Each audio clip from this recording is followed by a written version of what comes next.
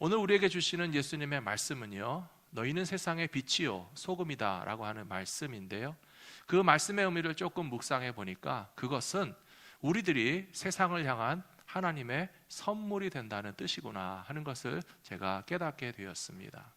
빛과 소금이라고 하는 것은 필수적이고 꼭 필요하며 가치가 있는 귀한 존재라고 하는 의미입니다.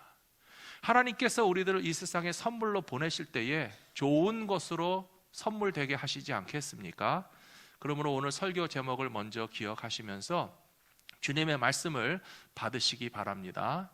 그 말씀의 뜻은 무엇인가 하면 우리가 세상을 향한 좋은 선물이 된다는 사실입니다. 예수님께서 성도들에게 너희는 세상의 빛이다 라고 하신 말씀은 그만큼 없어서는 안 되고 있으면 꼭 귀한 불을 켤 수 있는 전기와 마찬가지로 세상을 위해서 유익하고 귀중한 존재로서의 역할을 감당하라 하는 말씀으로 오늘 예수님의 말씀을 이해하시면 되겠습니다. 너희는 세상의 소금이라 하신 예수님의 말씀도 마찬가지입니다. 소금은 우리가 먹는 모든 음식에 빠짐없이 다 들어가 있다는 사실을 잘 알고 계실 것입니다. 만일 소금이 없다면 우리 한국 사람들이 그렇게 좋아하고 맛있게 먹는 김치를 소금 없이 만들 수 있겠습니까? 소금 없이 김치를 만드실 수 있는 분이 계시다면 저에게 좀 가르쳐 주십시오. 동서양의 모든 음식 속에는 알게 모르게 소금이 다 들어가 있어서 적당한 맛을 내는 데 있어서 없어서는 안 되는 존재라고 하는 것을 우리는 잘 알고 있습니다. 요즘에는 소금이 귀하거나 비싸서 구하기 어렵다 생각하는 분들이 별로 없으실 것입니다. 그러나 예전에는 바닷가 지역이 아니고 깊은 내륙에 사시는 분들은 소금을 만들어서 옮겨다가 구하는데 굉장히 많은 비용을 치러야만 했습니다. 그래서 소금이 필수적인 것일 뿐만 아니라 가격도 상당히 높았던 시절이 있었다는 것이죠. 예수님 시대에 분명히 그랬을 것입니다. 바다에서 가까운 사람들은 소금을 쉽게 구하고 내륙에 있는 사람은 소금이 귀하고 또 산에서 캐는 소금도 있습니다. 지금도 산에서 캐서 만든 소금이 더 비싸고 귀한 소금으로 팔리는 것을 보실 텐데요, 때로는 산에서 캔 그 소금, 노동력이 들고 정제하기 위해서 또 수고가 들 뿐만 아니라 어떤 화학적이고 환경적인 이유 때문에 겉보기에는 소금의 형태를 갖추고 있지만 그러나 맛을 보면 짠맛이 사라진 이상한 돌덩어리 같은 그런 산의 소금이 있을 수 있습니다. 그래서 예수님께서 오늘 우리에게 말씀하시는 것입니다. 겉으로 보기에만 소금인 것 같아 보이는 그런 크리스찬이 되지 말고 실제적으로도 짠맛을 제대로 낼 수 있는 진짜 크리스찬의 삶을 살아야만 한다라고 하는 말씀으로 이해하시면서 우리는 이 세상에서 그리스도인으로서 어떻게 짠맛을 낼 수 있을까 한번 생각해 보시기 바랍니다. 오늘 말씀 첫 번째로 세상에서 성도들은 꼭 필요한 소금과 마찬가지로 짠맛을 잃지 말아야 된다는 사실입니다. 마태복음 5장 13절 말씀에서 예수님께서 말씀하시기를 너희는 세상의 소금이니 소금이 만일 그 맛을 잃으면 무엇으로 짜게 하리요 후에는 아무 쓸데없어 다만 밖에 버려져 사람에게 밟힐 뿐이니라 말씀하셨습니다. 짠맛이라고 하는 것은 무엇을 의미할까요? 짠맛이라고 하는 것은요, 어떤 것의 성질을 변화시키는 능력이 있다는 의미입니다. 그냥 단지 맛을 봤을 때 짜다 그게 아니고요, 소금의 짠맛은 그 소금이 들어가게 됐을 때 어떤 물질이나 음식이나 재료의 성질을 변화시키는 능력이 있다는 것이 바로 짠맛의 의미라고 하는 사실을 우리가 알고 있습니다. 김치를 만드실 때 뻣뻣한 배추지만 소금을 뿌리거나 소금물을 담가 놓으면 그게 좀 숨이 죽고 부드러워지고 또 더 맛을 오랫동안 지킬 수 있는 그런 성질이 변화되는 것이 소금의 짠맛 덕분이라고 하는 것을 알고 계실 것입니다. 혹은 생선이라든지 한국 사람들이 먹는 많은 음식 재료들은 과거에 장기적으로 보존할 수 있는 방법이 없을 때 그래도 제일 좋은 방법이 소금을 사용하는 것입니다. 그러면 부패하거나 상하기 쉬운 식재료라 할지라도 소금을 적당하게 잘 집어넣어서 그 성질을 변화시키고 부패하는 것을 막아놨을 때에 오래오래 두고 맛있게 먹을 수 있는 그런 식재료가 되는 것처럼 하나님의 백성들이고 크리스찬인 우리들이 세상의 소금이 되라 하는 말씀의 의미가 무엇인지 조금 더 이해되실 거예요. 우리의 성도됨을 통해서 뭔가를 변화시키는 능력이 있어야 된다는 것입니다. 그리고 변화를 시키기 위해서는 우리가 아무 일도 하지 않고 나 소금이야, 나 빛이야 라고 주장만 한다고 해서 충분한 것이 아니고, 소금이 짠맛을 가지고 있다면 식재료 속에 들어가서 녹아지고 스며들고 자기 자신이 거기서 사라지게 하는 것 같아 보이지만 그 변화의 결과를 이끌어내는 데 있어서 우리의 삶을 사용해야만 소금의 역할을 제대로 했다고 하나님 앞에 인정받게 될 것이라고 저는 믿습니다. 예수님의 말씀이 아주 비슷하게 마가복음 9장 50절에서는 이렇게 나와 있습니다. 소금이 좋은 것이로되 만일 소금이 그 맛을 잃으면 무엇으로 이를 짜게 하리요? 너희 속에 소금을 두고 서로 화목하라 하시니라. 마지막 구절이 중요합니다. 소금이라고 하는 것의 정체성, 짠맛이라고 하는 것은 도대체 뭐냐? 그 성도에게 있어서 소금의 정체성과 짠맛을 가지고 있다면 화목하게 되는 결과가 나오는 것이 당연하다는 것이죠. 우리가 뭔가를 소금인 줄 알고 샀는데요, 그 소금인 줄 알고 산 물건을 배추에다가 뿌렸는데 밤새도록 기다려도 배추가 살아있어가지고 절거지지가 않고 나는 밭으로 가겠다 그러면 여러분들 당황하지 않으시겠습니까? 이게 소금이 아닌가 보다. 혹시 설탕을 뿌려놓고 기다리시는 분들이 있다면 아마 절대로 절거지지 않을 거예요. 이것은 무엇을 의미하는가 하면 크리스찬이 짠맛을 가지고 있다면 화목의 역사가 일어난다는 뜻입니다. 한 가정에서 예수 믿는 사람이 한 사람만 있어도 그 한 사람의 짠맛을 가진 식구 때문에 그 가정 안에서 화목함의 역사가 일어나면 짠맛을 가진 것이고, 그 가정에 크리스찬이 한 명 있는데도 불구하고 도무지 화목의 역사가 잘 일어나지 않는다고 한다면 스스로 돌아봐야 됩니다. 나는 과연 짠맛을 가진 존재인가?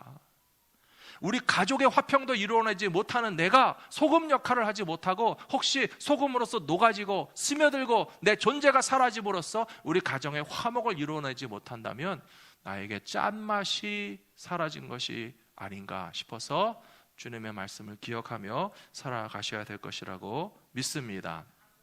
교회는 더욱더 그렇습니다. 교회는 예수를 믿는 크리스찬들과 제자들이 다 모였으니까 우리가 다 소금이잖아요. 소금이 많다고 해서 너무 짜다라고 생각하지 마시고요.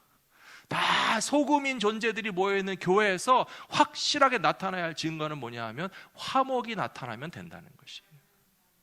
우리가 서로 가운데 뻣뻣하고 막 잘 안 부러지려고 그러고 뭔가 좀 그렇게 절거지지 않은 배추와 같은 상태로 살아가는 것이 아니라 소금의 역할을 하면서 내 자신이 녹아지고 내 자신이 스며들고 내 자신의 흔적은 보이지 않지만, 음식에 소금을 뿌리면 소금이 보이나요? 처음에는 보이는데요, 음식에 소금이 보이면 별로 안 좋습니다. 국물 속에 소금이 착 녹아들어서 그 흔적이 보이지는 않지만 그러나 맛을 봤을 때 간이 딱 맞아가지고 제대로 잘 만들었구나. 가정 안에서도 마찬가지고 교회 안에서도 마찬가지고 크리스찬의 존재가 오히려 잘 보이지 않는 것 같아 보이지만 화목이라고 하는 그 증상과 현상과 결과가 나타남으로써 짠맛을 제대로 발휘하는 성도들이 여기에서 녹아있고 스며져 있고 흔적조차 보이지 않는 것 같아 보이지만 화목함의 증거로서 짠맛을 가진 성도라고 하는 칭찬과 인정을 받으실 수 있는 저와 여러분들이 다 되시기를 부탁합니다. 두 번째로, 모든 성도들은 세상에서 소중한 가치를 나타내고 나누어야 할 사명이 있습니다. 세상에서 나타내야 할 사명이 있다는 뜻입니다. 마태복음 5장 14절 15절에 보시면 너희는 세상의 빛이라. 산 위에 있는 동네가 숨겨지지 못할 것이요 사람이 등불을 켜서 말 아래에 두지 아니하고 등경 위에 두나니 이러므로 집안 모든 사람에게 빛이 있느니라. 예수님께서 하신 말씀입니다. 이 세상에서 빛이 꼭 필요하다고 시작할 때 말씀드렸습니다. 그리고 사람들이 많이 사는 마을과 동네에는요, 집집마다 한두 개씩 불이 켜져 있기 때문에 멀리서 봐도 저기는 사람이 살고 있는 집들이 있고 동네가 있다라고 하는 것을 금방 발견할 수 있습니다. 산 위에 있는 동네는 멀리서도 눈에 띈다는 주님의 말씀입니다. 이 도시에서는 또 많은 비즈니스들이 불을 켜놓고 손님을 맞이하기 위해서 여기는 뭐 식당이 있습니다, 여기는 무슨 비즈니스가 있습니다, 그렇게 불을 밝혀놓지 않습니까? 불을 켜놓은 것을 보고 거기에 무엇이 있는가라고 하는 것을 우리가 알아볼 수 있도록 성도들도 마찬가지로 세상에서 그렇게 빛을 밝히는 역할을 해야 된다는 예수님의 말씀입니다. 밤길에 운전을 할 때 우리에게 필요한 두 가지 불빛이 있습니다. 하나는 내 차의 전조등, 헤드라이트를 켜고 운전을 하셔야 돼요. 가끔 운전하다 보면 초저녁쯤 해가 다 져가는데 그거 깜빡하고 운전하시는 분들이 계세요. 본인은 불편하지 않은지 모르나 옆에 있는 사람들 깜짝 놀랍니다. 갑자기 차가 나타나는데 그 차만 불을 안 켜고 있어서 뭔가 어두운 데서 나타나는 것 같은 좀 불안함을 줄 때가 있어요. 불을 잘 켜고 길을 잘 보고 안전하게 운전하셔야 됩니다. 또 우리가 밤에 운전할 때 도움이 되는 것은 가로등입니다. 길가에 불이 제대로 켜져 있으면 내 차의 전조등으로 다 볼 수 없는 먼 부분들까지도 길을 밝혀주는 그 가로등이 켜져 있음으로써 목적지까지 안전하게 가는데 도움이 된다는 사실입니다.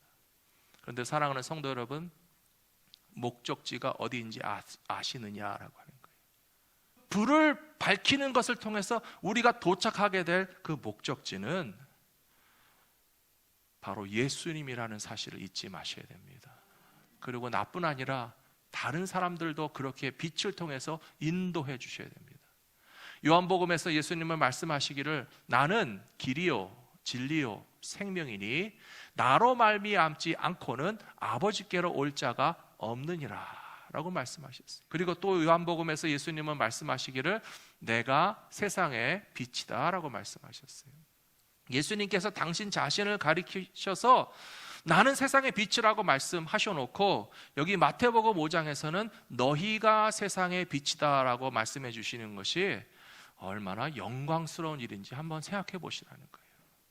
예수님도 세상의 빛이라고 하셨고 우리들도 세상의 빛이라고 말씀하시는 것은 우리들이 그렇게 소중하고 귀한 존재라고 하는 뜻이에요. 물론 한 분도 오해하지 않으시겠죠? 예수님과 레벨이 같은 것으로 착각하지 마시고 예수님이 세상의 빛이 되시는 것과 우리가 세상의 빛이 되는 것은 어떤 유사성과 공통점이 있을까 생각해 보시기 바랍니다. 그것은 요한복음 3장 16절과 17절 말씀해 보시면 예수님은 이 세상의 구원의 빛이 되셔서 하나님께서 그 아들을 세상에 보내신 것은 세상을 심판하려 하심이 아니요 그로 말미암아 세상이 구원을 받게 하려 하심이라. 요한복음 3장 16절 바로 다음에 나오는 말씀이잖아요. 하나님이 세상을 이처럼 사랑하사 독생자를 주셨으니 누구든지 저를 믿는 자마다 멸망치 않고 영생을 얻게 하려 하심이니라. 저는 예수님의 빛은 태양빛과 같다고 생각합니다. 예수님 자체가 빛나시는 그 빛의 근원이고 존재로서 한없는 빛을 계속 비추어 주시는데요, 사람들은 생각하기를 낮에는 태양이 있고 밤에는 태양이 없다고 생각하세요. 혹시 여기에도 그렇게 생각하시는 분들이 계십니까? 낮에만 태양이 있고 밤에는 태양이 없습니까? 오늘 밤에 잘 보시기 바랍니다. 태양이 보이지 않는다고 해서 존재하지 않는 것이 아니에요. 달빛이 그것을 증명하고 있어요. 달은 스스로 빛낼 수 있는 존재가 아닙니다.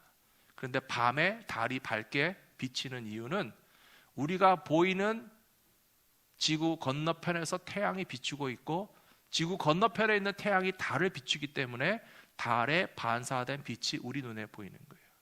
그러므로 정확하게 말하면 태양은 낮에도 있고 밤에도 있어요. 어두운 밤에 우리가 태양을 볼 수 없어서 빛이 되시는 주님이 안 계신가 보다 모르는 사람들에게 달이 비치니까 태양은 24시간 끊임없이 영원토록 존재한다라고 하는 것을 증명하는 달빛과 같은 존재로서 우리들이 어두운 세상 가운데서 주님의 빛을 반사해서 우리의 구원의 빛이 되시는 예수님이 항상 계신다라고 하는 것을 전달하는 메신저의 역할을 감당해야 된다고 저는 믿습니다. 그와 같은 모습으로 세상의 빛이 되시는 저와 여러분들 되시기를 부탁합니다. 세 번째로, 성도들은 세상에서 선물이 될 때에, 좋은 선물이 될 때에 하나님께서 영광을 받으신다는 사실입니다. 마태복음 5장 16절 말씀에서 이같이 너희 빛이 사람 앞에 비치게 하여 그들로 너희 착한 행실을 보고 하늘에 계신 너희 아버지께 영광을 돌리게 하라. 예수님께서 이렇게 말씀하셨습니다. 빛과 소금의 비유의 결론은 무엇인가 하면 너희의 착한 행실을 보고 하나님께 영광을 돌리게 하라라고 하신 것이 우리를 빛과 소금이라고 말씀하신 예수님의 목적이 거기 담겨져 있는 것입니다. 우리는 이 말씀을 읽으면서 조금 정확하게 이해해야 될 부분이 있습니다. 빛의 본질은 제가 앞에서 말씀드렸죠. 예수님이 빛의 본질이세요. 예수님이 태양이라고 한다면 우리가 나타나는 빛은 달빛이 혹은 별빛이 반사하는 그런 빛에 불과하다고 말씀을 드렸습니다. 그렇다면 착한 행실이라고 하는 것은 무엇이냐? 착한 행실은 그 빛의 본질을 말하는 것이 아니고 빛의 본질이 되시는 예수님을 드러나게 할 수 있는 그런 우리의 행위다라고 하는 의미로 이해하시면 된다는 거예요. 조금 더 쉽게 설명을 드리자면 우리가 복음을 전할 때 우리의 착한 행실에 대해서 전하는 것입니까? 예수님의 구원에 대해서 전하는 것입니까? 예수님의 구원에 대해서 전하는 것이죠. 나 착한 사람이야. 그것이 복음이 아니고요, 예수님이 우리의 구원이시다라고 전하는 것이 우리가 복음 전도고 그것이 빛을 전하는 것입니다. 하지만 그 복음을 전하기 위해서 우리에게 뭐가 필요합니까? 착한 행실이 꼭 따라줘야 된다는 것이에요. 우리가 아무리 좋은 복음을 전하지만 이 복음을 전하러 갈 때 누구에겐가 전도해 보신 분들은 아실 거예요. 어떤 행색으로 전도하러 가셨습니까? 옷도 안 갈아입고 샤워도 안 하고 몸에서 냄새도 나고 지저분한 옷을 입고 험악한 인상으로 막 소리를 윽박 지르면서 예수 믿어라고 암만 소리쳐도 전도가 되지 않아요. 우리가 누구에게 복음을 전하기 원한다면 내 몸에서 향기가 나야 됩니다. 깨끗한 옷을 입어야 됩니다. 미소 띈 얼굴로서 정말 내가 믿는 예수님, 내가 하나님의 자녀가 되어서 구원받아 보니 너무 기쁘고 감사하다는 것을 드러내야만 복음이 제대로 전달될 수 있는 것처럼 착한 행실이란 바로 그것을 의미하는 것입니다. 착한 행실을 하는데 그 착한 행실의 결과가 과연 나의 자랑이고 나의 영광이고 나의 만족입니까? 아니지요. 우리가 착한 행실로 살아가야 할 이유가 있다면 예수님의 복음을 전하기 위한 것이고 그 결과로서 하나님의 영광이 나타나게 하는 목적을 달성해야만 우리의 착한 행실도 의미가 있는 것이지, 만일에 그것과 상관없는 착한 행실은 목적지를 찾지 못한 채 불을 켜고 밤길을 달려가고 있지만 당신은 지금 어디로 가고 있습니까? 물어도 모르겠는데요. 모르시면 안 되죠. 우리의 착한 행실의 목적이 무엇입니까? 예수님의 이름으로 구원받게 하는 것이고 하나님께서 영광을 받으시는 최종 목적지로 가기 위해서 우리에게는 착한 행실이 반드시 필요하다 하는 사실을 기억하시고 실천하실 수 있는 저와 여러분들이 되시기를 부탁합니다. 우리 성도님들 가정 가운데서 혹시 교회 안 다니시고 신앙생활 안 하시는 분 식구들이 계시면 참 마음이 답답하실 거예요. 그래서 식구들이 다 예수 믿고 교회 다녔으면 좋겠어서 아마 틈만 나면 이야기하실 거예요. 교회 가자, 예수 믿어라, 때가 되면 믿고 따라오시면 참 좋은데요, 어떤 경우에는 참 그 말이 잘 전달이 안 되는 경우가 있습니다. 때때로 당신 교회 가는 건 내가 말리지 않겠지만 나보고는 교회 가자는 말을 제발 하지 말아라 하는 식구 때문에 괴로워하시는 분들도 계실 거예요. 도대체 어떻게 해야 이게 될 수 있을까? 다 고민하시지 않겠습니까? 오늘 예수님의 말씀을 놓고 생각해 보면 우리가 소금처럼 가정에서 녹아들고 스며들고 정말 내 자신이 희생해서 사라지는 것과 같은 그런 수고와 헌신이 꼭 있어야 된다는 것을 다시 한번 깨닫게 됩니다. 그러시지 않겠지만 식구들에게 교회 가자는 말을 하면서도 집에 가서는 그냥 깍쟁이고 얄밉고 식구들한테 불편함과 괴로움을 안겨주면서 그러면서도 교회는 가자고 하면 누가 교회 가고 싶겠습니까? 교회 가자는 말을 오히려 하지 않지만 예수를 믿고 교회를 다니는 그 한 식구가 그 가정에서 제일로 희생하고 헌신하고 사랑을 베풀고 뭐든지 양보하고 겸손해서 온 식구들에게 이 사람이 없으면 안 되는 존재라고 하는 것이 느껴지게 되면요, 그 다음에 벌써 그 교회 다니지 않는 식구들이 그런 생각하고 있을 거예요. 왜 교회 가자는 말을 안 하지? 나는 기다리고 있는데 소금으로서 녹아져서 존재가 보이지 않는 것 같아 보이지만, 그러나 착한 행실을 통해서 정말 함께 교회 가고 싶은 마음이 생겨날 수 있도록 예수 그리스도의 복음을 삶을 통해서 증거하실 수 있는 저와 여러분들이 되시기를 부탁합니다. 베드로전서 2장 12절 말씀해 보시면요, 사도 베드로는 예수님의 말씀과 아주 비슷한 말을 하고 있습니다. 아주 조금 차이가 나는데 전체적인 메시지는 완전히 똑같습니다. 한번 보시기 바랍니다. 베드로전서 2장 12절 말씀입니다. 너희가 이방인 중에서 행실을 선하게 가져 너희를 악행한다고 비방하는 자들로 하여금 너희 선한 일을 보고 오시는 날에 하나님께 영광을 돌리게 하려 함이라. 마태복음 5장의 예수님 말씀과 굉장히 비슷하죠. 행실을 선하게 하고 또 선한 일을 보고 하나님께 영광을 돌리게 하라. 이 표현은 예수님의 말씀과 거의 일치하고 있습니다. 약간 상황이 다른 것은 뭐냐 하면 너희가 이방인 중에서, 베드로전서는 해외에 나가 있는 디아스포라 유대인 크리스찬들을 위해서 쓴 편지입니다. 한마디로 말해서 이민교회 성도들을 위해서 쓴 편지예요.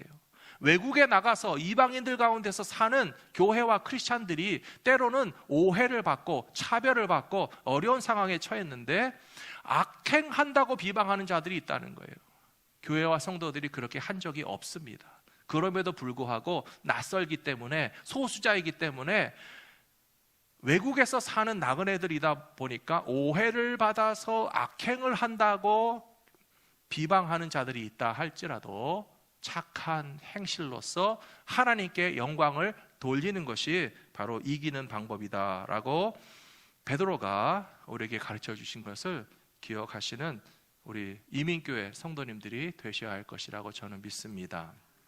지난 주간에 아틀란타에서 일어난 총격 사건 뉴스를 다 들으셨을 거예요. 8명의 생명이 희생됐습니다. 약자들을 위협하고 꼼짝 못하게 한 채 머리와 가슴에 조준 사격을 해서 현장에서 사망했다라고 하는 아주 끔찍한 그런 비극적인 뉴스를 우리가 듣게 됩니다. 그동안 미국에서는 유색 인종에 대한 차별에 대한 목소리가 많이 있었습니다.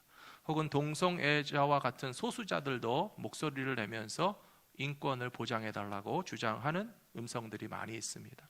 여성에 대한 부당한 대우나 성적인 학대나 또 착취에 관한 목소리도 높았었지만 아시안에 관한 이야기는 우리가 별로 들어보지 못했습니다. 그렇다고 해서 미국에 살고 있는 아시안들이 아무 부당한 대우 없이 안전하게 잘 살고 있었느냐 하면 그렇지도 않은데, 아시안들이 당하는 고통에 대해서 미국 사회가 소소히 여기고 외면하고 그 목소리에 귀를 기울여 주지 않았기 때문에 아시안들에 대한 목소리를 우리가 들을 수 없었던 것이 사실입니다. 너무 마음이 아픕니다. 아마 이런 뉴스를 들으시면서 우리 성도님들도 마음 한편으로는 분노하고 또 마음 한편으로는 굉장히 불안하다는 것을 느끼실 겁니다. 저도 많이 걱정되는 것이 우리 교회 연세 많으신 성도님들 많이 계신데 바깥 출입하시다가 혹시라도 누가 갑자기 나타나서 해를 끼치지 않을까 하는 걱정하는 마음도 있고요. 연약한 아시안 여성들이나 혹은 우리 청소년들을 더 괴롭히고 왕따시키는 일들이 일어나면 어떡하나 하는 마음이 드는 것이 사실입니다. 오늘 베드로 사도가 주신 말씀을 잘 기억하셔야 된다는 거예요. 너희가 이방인 중에 살면서 잘못한 것도 없이 교회와 성도들에 관하여서 악행을 한다라고 하는 애매한 그런 비난과 공격을 받을 때에 그것에 대해서 대처할 수 있는 우리의 방법이 있다면 착한 행실밖에 없다. 선한 행위를 보여줘야 된다. 아시안들이 미국 땅에 살면서 이 사회에서 우리가 무슨 해악을 끼치는 존재들이 아니고 오히려 미국 땅에서 사회적으로도 기여하고 성실하게 일하고 이웃들과 더불어서 화평하며 살아가는 사람들이라고 하는 우리의 존재를 이제는 나타날 때가 됐기 때문에 착한 행실을 볼 수 있게 보여주라라고 하는 메시지로서 이해하셔야 됩니다. 예수님께서 등불은 켜서 높은 곳에 올려놓는다고 말씀하셨어요. 등불을 켜서 말 아래 상자나 박스 속에 숨겨놓으면 불을 켜 있는 의미가 없습니다. 불을 켰으면 다 볼 수 있는 곳에 높이 올려야 된다고 그랬습니다. 그리고 그 빛과 소금의 삶이 바로 착한 행실이라고 그랬잖아요. 우리 성도들이 가끔 좀 예수님의 말씀을 정확하게 이해를 못 하시는 경우가 있는 것 같아요. 착한 행실을 그렇게 드러나게 보여주면 어떡합니까? 예수님께서 왼손이 하는 일을 오른손이 모르게 하라고 하셨으니까 착한 일을 하고도 숨겨야 됩니다. 그리고 우리가 살면서 칭찬과 모든 상급을 다 받으면 천국 가서 받을 칭찬도 없고 상급도 없을 것 같아서 우리 크리스찬들이 착한 일을 하면서도 그렇게 숨기고 착한 일을 하면서도 드러내지 않으려고 하는 것은요, 예수님의 말씀을 좀 정확하게 이해하지 못하시는 거예요. 왜 왼손이 하는 일을 오른손이 모르게 하라고 하셨는가 하면 자랑과 교만으로 가지 말라는 뜻입니다. 하나님이 받으셔야 할 영광을 우리가 받아서는 안 된다는 뜻입니다. 하지만 예수님께서 오늘 본문에서 뭐라고 말씀하셨는가 하면 불을 켰으면 높은 곳에 볼 수 있게 올려놓으라고 하셨잖아요. 이번에 아시안들을 향한 목소리가 나올 때에 아시안들만 말하지 않고 주변의 많은 타인종들도 함께 보이스를 내는 걸 보세요. 정치인들이 정치적인 입장에서만 하는 것이 아니라 우리 이웃들이 아시안들을 공격하지 말아라, 아시안들을 차별하지 말아라, 그런 보이스를 함께 내주는 게 고맙지 않습니까? 만일에 우리가 인심을 잃고 정말 미국 땅에서 아시안들의 존재는 쓸데없는 존재라고 여겼다면 같이 목소리를 내주지 않을 거예요. 근데 우리가 이웃들과 더불어 살면서 착한 일을 한 것이 분명히 있기 때문에 힘이 없고 연약하고 선하고 의로운 아시안들을 괴롭히지 말라라고 하는 목소리를 같이 내주게 되는 것처럼 교회도 마찬가지입니다. 이제는 교회도 공격받기 쉬운 시대에 살고 있어요. 우리가 크리스찬이라고 하는 이름만으로도 사회에서 뭔가 미운 털이 박혀가지고 악행한다고 하는 오해를 받기에 십상인 시대를 살아가고 있습니다. 그렇다면 우리가 어떻게 하여야 보호받을 수 있겠습니까? 불을 켜고 보이는 곳에 올려놔야 됩니다. 크리스찬들과 교회에게 착한 행실이 있다는 것을 보여줘야 됩니다. 그것은 자랑하거나 교만하거나 세상에서 영광을 받자는 것이 아니고, 우리가 추구하는 것은 하나님의 영광이지만 교회와 크리스찬들이 이 사회에서 꼭 필요하고 선하고 의로운 일들을, 착한 일들을 많이 하고 있다는 것을 보여줘야만 크리스찬들뿐만 아니라 믿지 않는 사람들까지도 교회를 위해서 목소리를 같이 내주게 될 것입니다. 우리가 교회를 통해서 사랑을 받았고, 우리가 크리스찬들을 통해서 위로를 받았고, 우리가 예수 믿는 사람들을 통해서 우리가 가난할 때, 우리가 외로울 때, 우리가 인생에 문제가 있어서 답을 찾지 못할 때 교회와 성도들이 우리를 도와준 게 얼마나 많이 있는데, 교회와 성도들을 핍박하지 말라, 믿지 않는 사람들까지도 목소리를 내줄 수 있도록 착한 행실을 보여주라는 것입니다.